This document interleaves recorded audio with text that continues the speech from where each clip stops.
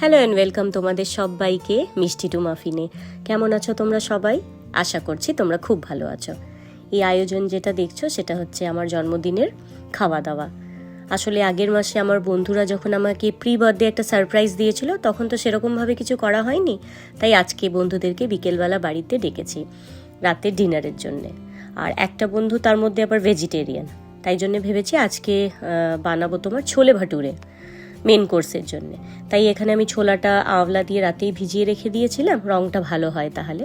আর এখানে আমি ছোলাটা সেদ্ধ করব একটা পুটলির মধ্যে 4-5টা রসুনের কোয়া, চা পাতা আর গরম মশলা, নুন দিয়ে সেদ্ধ করে নেব। তবে আজকের ছোলাটা আমি নর্মাল ছোলা বানাবো না, অমৃতসরি ছোলা। তার জন্যে এই মশলাগুলোকে ভালো করে শুকনো খোলায় আমি নাড়াচাড়া করে তারপরে তোমার এটা মিক্সার গ্রাইন্ডারে মশলাটা গুঁড়ো করে নেব। তারপরে যেরকম ছোলার তরকারি বানায় সেম ওই রকম করেই বানাবো। এখানে আমার ছোলাটা দেখছি খুব সুন্দর মতনভাবে সেদ্ধ হয়ে গেছে। আজ প্রায় 10টা বছর কেটে গেল জানো তো, ফ্যামিলির সাথে কোনো রকম কোনো সেলিব্রেশন করতে পারিনি, পুজো আচ্ছা জন্মদিন কিচ্ছু না। যা সেলিব্রেট করেছি সবই এইখানে ইউকেতে বন্ধু বান্ধবদের সাথে। বন্ধু বান্ধবরাই আমরা এখানে একে অপরের পরিবার হয়ে গেছি, কেন কাউরই পরিবার তো এখানে কাছে নেই, যা আছি আমরা বন্ধু বান্ধবরাই। তাই ভালো খারাপ সবই মিলিয়ে মিশিয়ে আমরা বন্ধুরা মিলেই সেলিব্রেট করার চেষ্টা করি। কথা বলতে বলতে এখানে মশলাটা ভাজা হয়ে গেল, আর এখানে দিলাম দেখো ঘরে বানানো ওই মশলাটা যেটা তৈরি করেছিলাম সেই মশলাটা দিলাম এখানে 2 বড় চামচ দিয়ে ছোলাটা দিয়ে ভালো করে নেড়ে একটু ছোলা সেদ্ধ করা জলটা দিয়ে খানিকক্ষণ এটাকে ঢেকে খানিকক্ষণ কষতে দেবো, দিয়ে ব্যাস তারপরেই হয়ে যাবে। আর তারপরে ওপর থেকে একটুখানি ওই ভাজা মশলা যেটা তৈরি করেছিলাম সেটা একটুখানি দিয়ে দেবো, আর ধনেপাতা কাঁচা লঙ্কা আর পাতলা পাতলা করে আদার জুলিয়ান্স কেটে রেখেছিলাম সেটা ওপর থেকে ছড়িয়ে দেবো। তাতে একটা গন্ধ খুব সুন্দর আসে, প্লাস দেখতেও ভালো লাগে। আর এই দেখো আমার অমৃতসরি ছোলে একদম রেডি। ও তোমাদের তো আজকের মেনুটাই বলা হয়নি। ছোলা ভাটুরার এখানে আটা মেখে রেখে দিয়েছি, চাল ভিজিয়ে রেখেছি, ভাত করব পরে। আর এইখানে সুমন্ত করেছিল জঙ্গল জুস, সব রকম ফল কেটে ফ্রুট জুস আর সোডা ওয়াটারে 4-5 ঘন্টা ভিজিয়ে রেখে দিয়েছিল। করব গুপচুপ, তার জন্য এখানে করেছি আমি গ্রিন চাটনি, যদি কেউ দই ফুচকা খায়, আর এই গ্রিন চাটনিটা স্টার্টারেও খাওয়া হয়ে যাবে।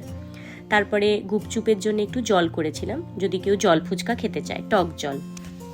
এখানে ছিল আমার ছোলা, রংটা জানো তো খুব সুন্দর এসেছিল, আঁওলা চা পাতা দিয়েছিলাম তো। বাচ্চাদের জন্য এখানে আনা হয়েছিল বারবিকিউ চিকেন পিৎজা। আর এখানে দেখো গুপচুপের সব সেটআপ বন্ধুরা করে অলরেডি বসে গেছে।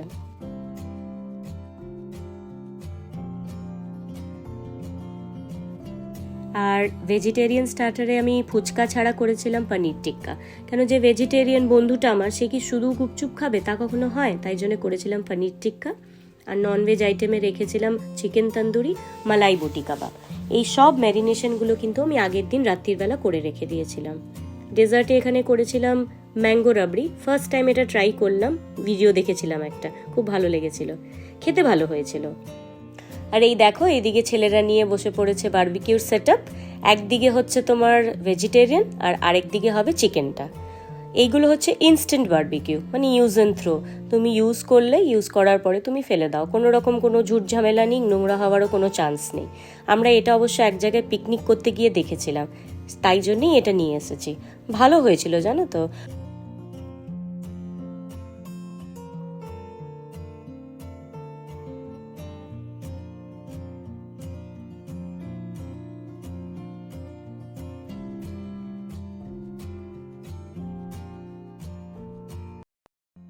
এই সোয়া 12টার মতন বাজে, আর ওপরে এলাম কিছুক্ষণ আগেই, বেরোলো সবাই। আর ডুগুরো খুব জোরে ঘুম পেয়ে গেছিলো, তাই তাড়াতাড়ি এসে ওকে ফ্রেশ করিয়ে ঘুম পাড়িয়ে দিলাম।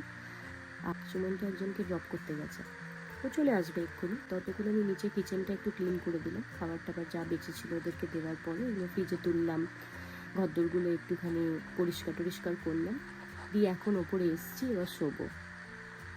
কাল অবশ্য একটু দেরি করে উঠলেও অসুবিধে নেই, কালকে ছুটি আছে। ভালোই কাটলো আজকের দিনটা, সবাই এলো, গল্প হলো, একটু খাওয়া দাওয়া হলো। চলো তাহলে আজকের ব্লগটা এখানেই শেষ করছি। যদি তোমাদের কিছু ভালো লেগে থাকে তাহলে ডু লাইক, কমেন্ট, শেয়ার আর সাবস্ক্রাইব করো আমার চ্যানেলটাকে। দেখা হবে তাহলে পরের আরেকটা ব্লগে। টিল দেন তোমরা সবাই ভালো থেকো, সুস্থ থেকো। আজ তাহলে আসি, টাটা।